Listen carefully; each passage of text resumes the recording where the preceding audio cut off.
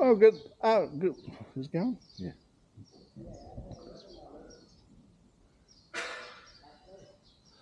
Well, good afternoon, everybody.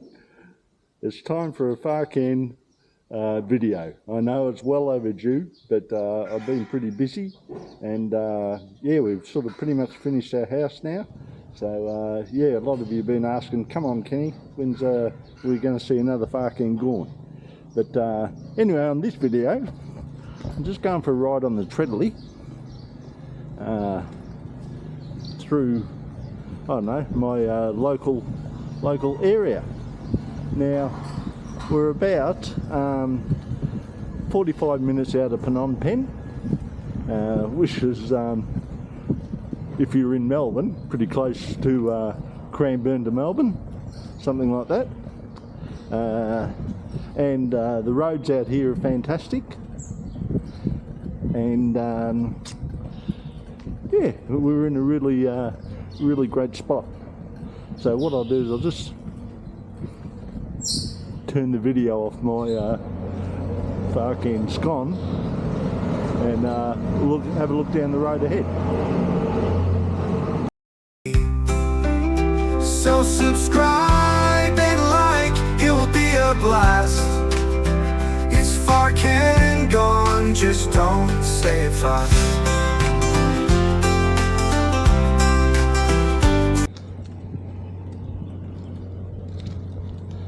As you can see, we've got pretty good roads here.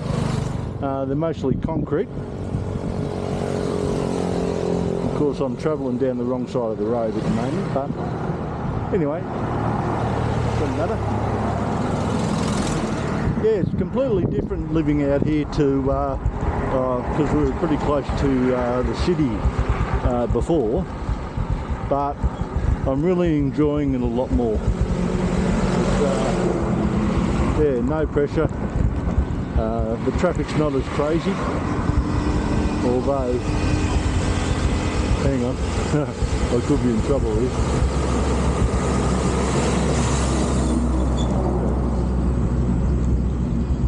Yeah, the traffic's not as crazy, and I've got a fantastic group of neighbours as well. So yeah, it's a really happy little community that we're in. There's a couple of policemen in there,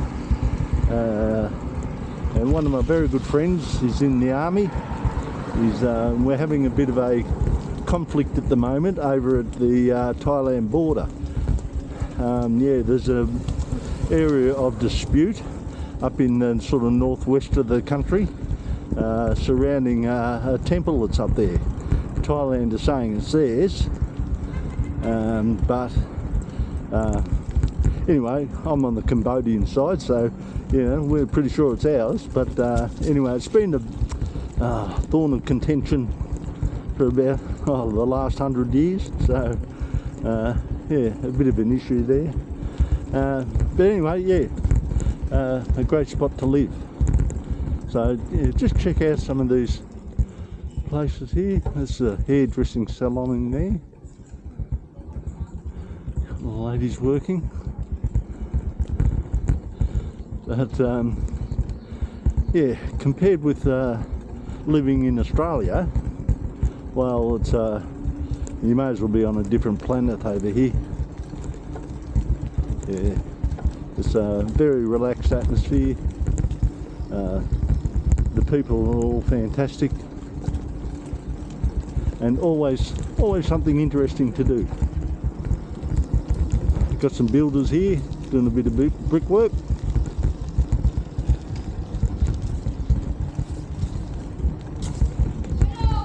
Hello. And like I said, everyone's friendly. Hello! Hello, hello. They all like to say hello. Because, like I said, we're out in the country a little bit, so a lot of the people here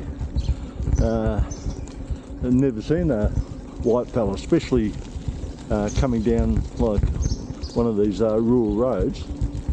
But as I say, the roads around there's another hello. The roads around here are fantastic. So yeah, I've been up through here on my moto. It's just having a look at the the flora and the fauna and always something nice. Plenty of paddocks. See fences over there. They're all just sort of posts. They're not cut. I'll just show you a bit of the fencing through here. Hey! Hello! Couple of skilled kids.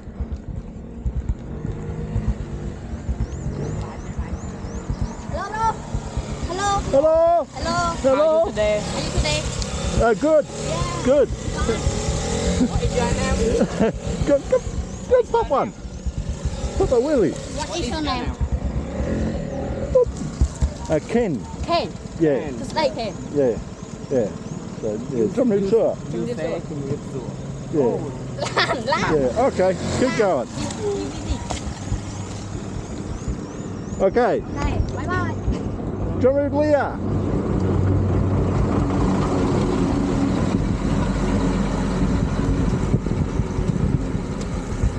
Yeah, obviously no hungry boards on the trucks. Yeah, a little bit of spillage out the back there.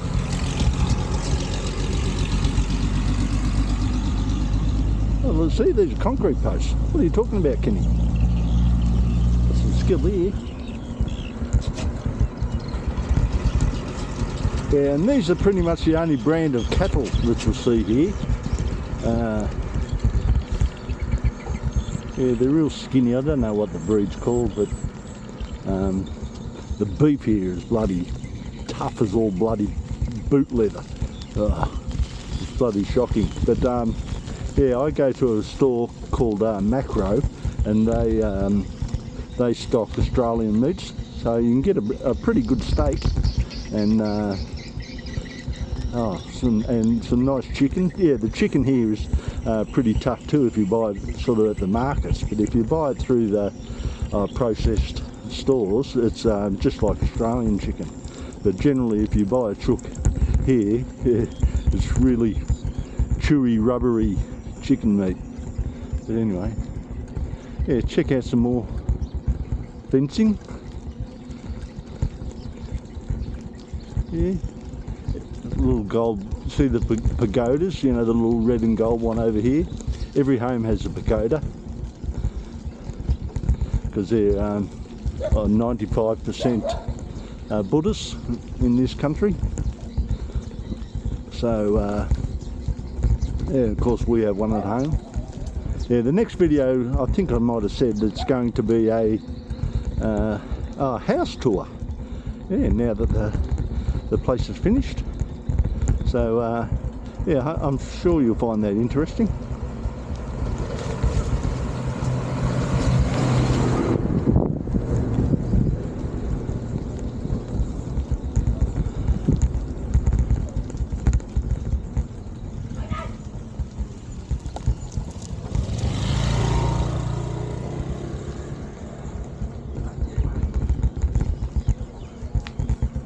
Again, a nice concrete road.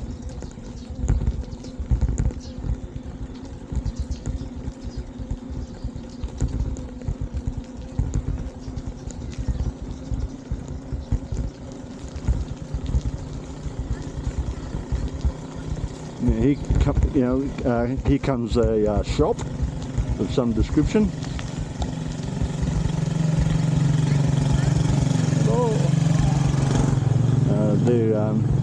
They sell charcoal.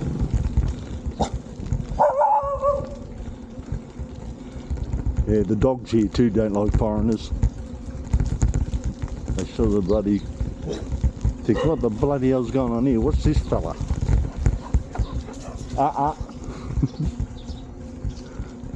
Yeah.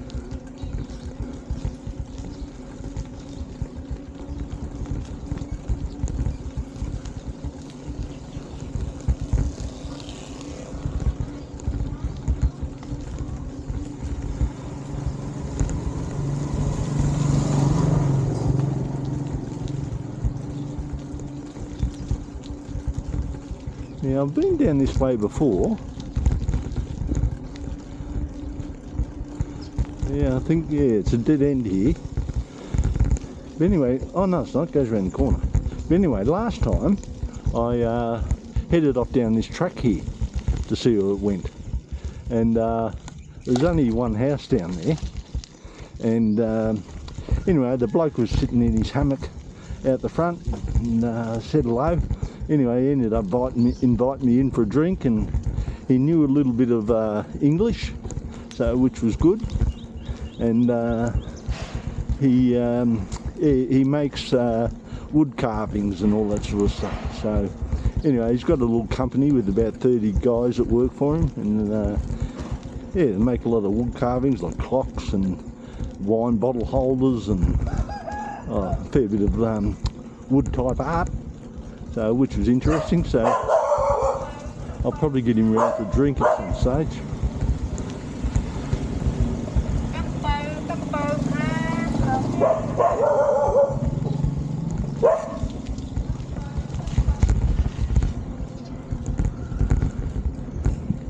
Yeah, I haven't been in this section before. But yeah, I've been here for quite some time now, and yeah, you find out a bit more about the culture and the way things run here. Cambodia is definitely still, you know, a developing country. You may or may not be surprised, but you know, like, I'd have to, I'm just being conservative here and say 80% of the population, right? So 80% of the population, they shower, they generally have a shower room, and all that consists is a bricked up well full of water that keeps the water a little bit cool, and they have a plastic pot with a handle on it, and that's their shower. There's definitely no hot water. Yeah, and like I said, most places don't have any source of hot water at all. They'll put a pot on the fire or something, and you know, and they put it in a little bowl and use that to help wash the dishes and stuff like that. Yeah, really different society here. Just over here we have Lotus Flower Pond.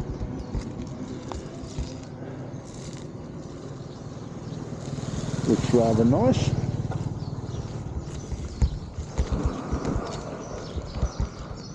Anyway, we'll keep going.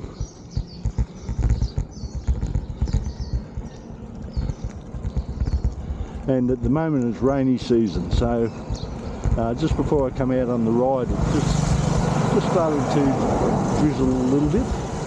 But yeah, probably 3 or 4 afternoons a week we'll get a decent amount of rain for an hour or two, which I love. Yeah, the harder it rains the better. I like it, and we've got a drain out the front of our place, but the industry I've been in for the last 30 years, yeah, always make sure the drain's nice and clean. So yeah, that's no issue whatsoever. And another bloke selling something. I think he sells ice creams.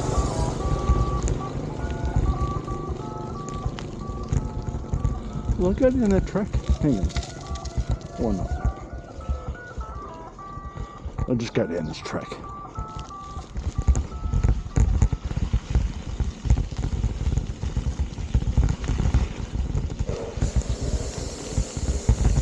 Bloke over there having a snooze.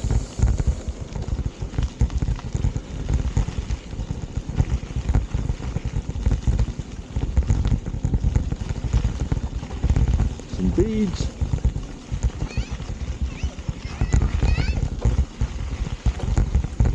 Hello. Hello. Oh, that's pretty interesting.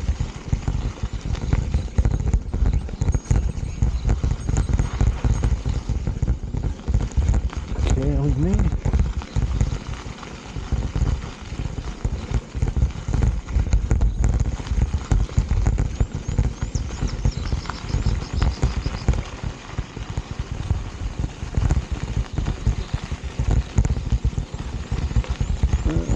I'll probably go back. Oh, look, Danny.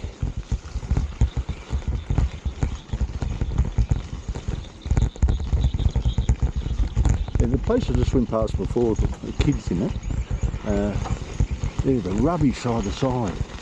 They must be a fairly poor family or something. I don't know what that's all about, but anyway, I live a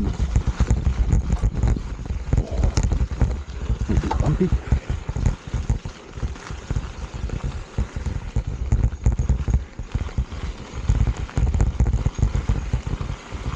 You can see what I mean though, like, you can never do this like anywhere in Australia. I think I've come to a friggin' dead end here. Oh, hang on a minute. No, there might be a track back out. Yeah, heading back up to this place with the kids. Now just keep an eye on the rubbish that we're going to see up here. I don't really understand it. The population aren't really educated. I think it's probably been taught in the schools now about recycling and littering and things like that. But look, just look at the rubbish here.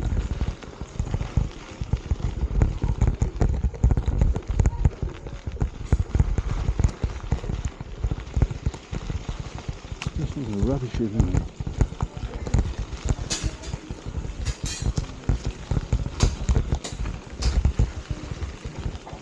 Yeah, anyway, you never know. I'll take a positive attitude and say it might be a recycling centre. Yeah, let's go with that.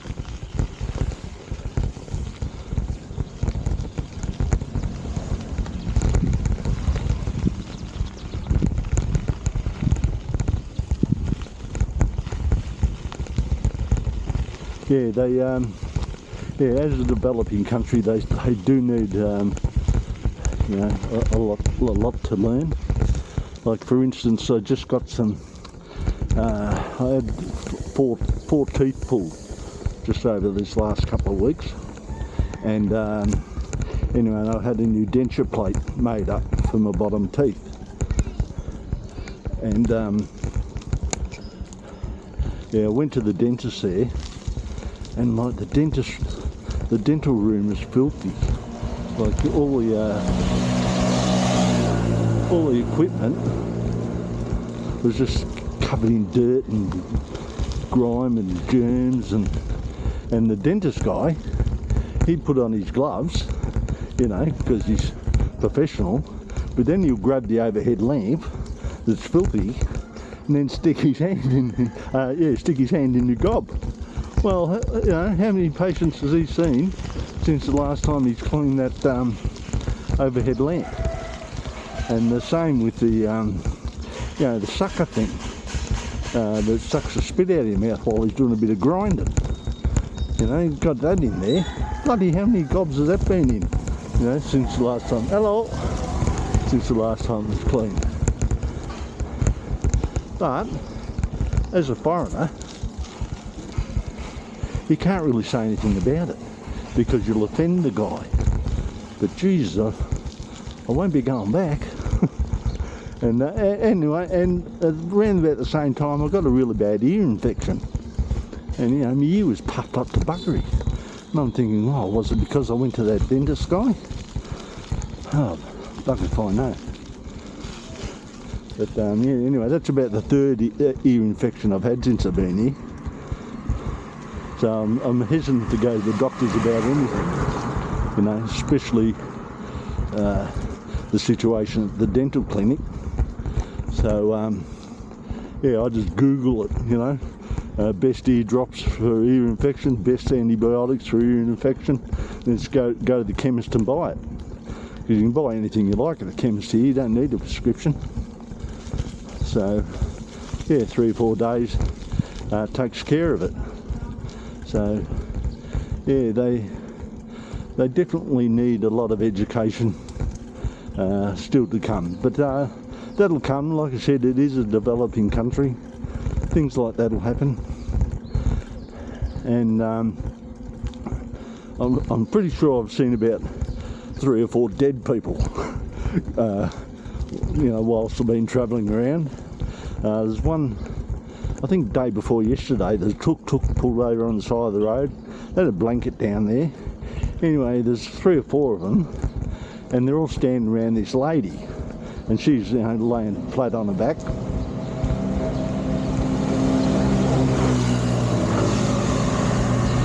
But from the way things looked there, she was dead as a doornail. But they're all just standing there. I mean, you know, no one really knows any first aid or you know, haven't had any training whatsoever. And it's the same in the other situations. You know, there's a motorbike crash between 2 young guys. Neither of them had helmets on.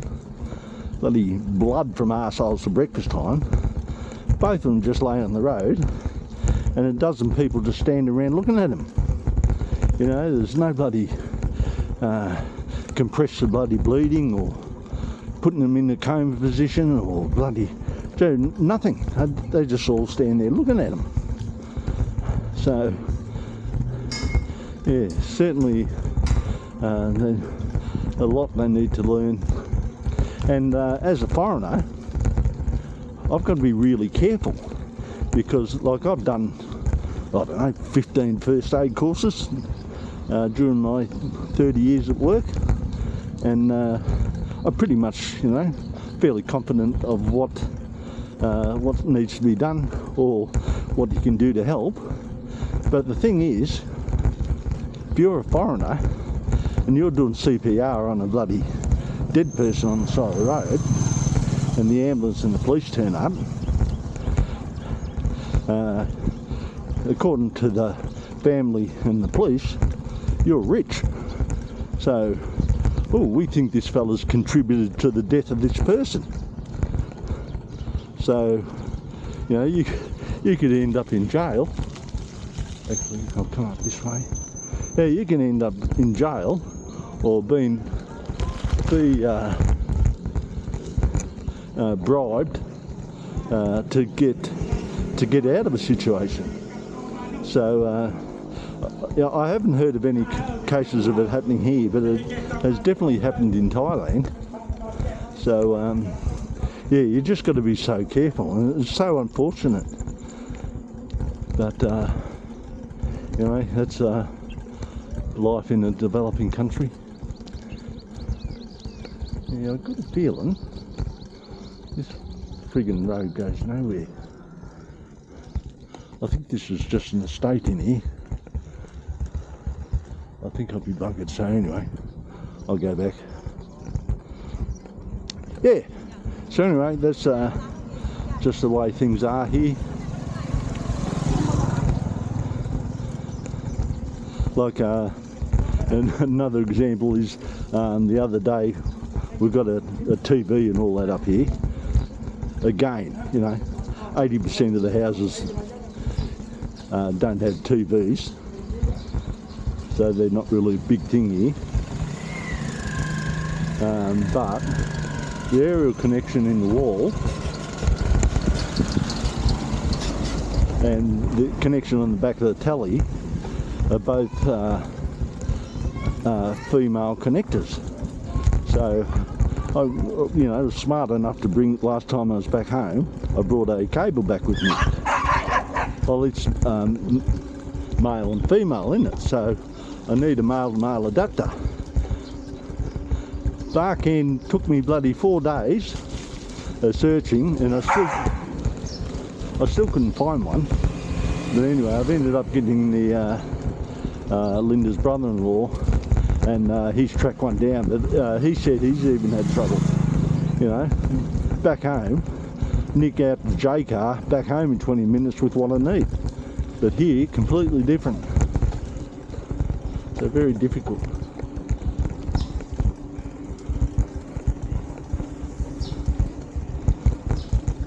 Yeah.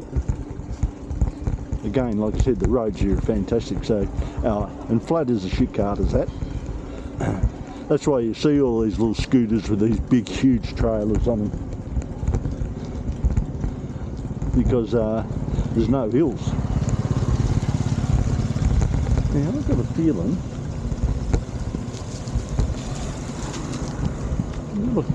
I should have gone up that friggin' road back there.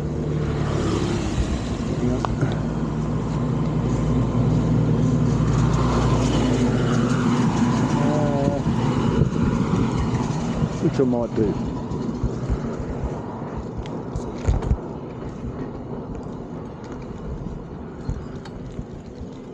Hairdresser there. Probably cost me $2 or $3 for a haircut. Okay, let's see how we go.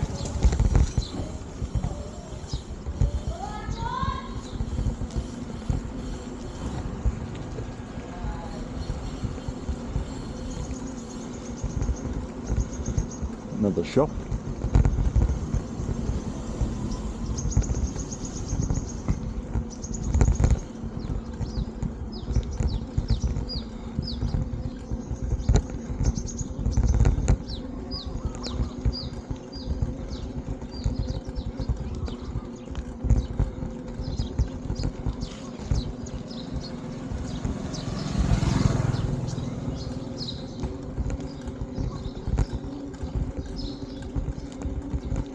Might get a little bit of rain again after.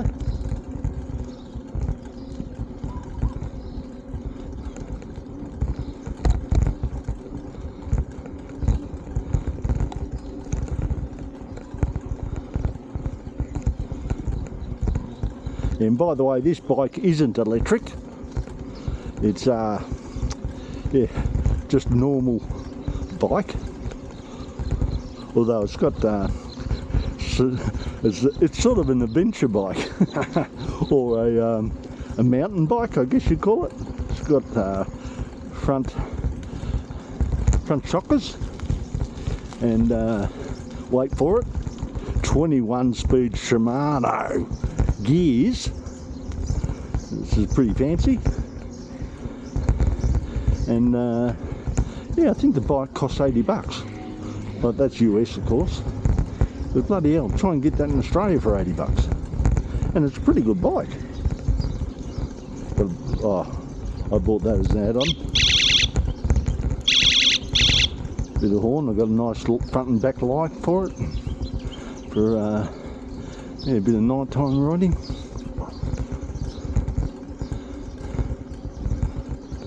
And you'll notice the barbed wire on top of all the fencing, although there's none on that one. But just about every home here has got, you know, cages around the windows and you know, lockable gates, and yeah, everything gets locked up pretty well. Hello!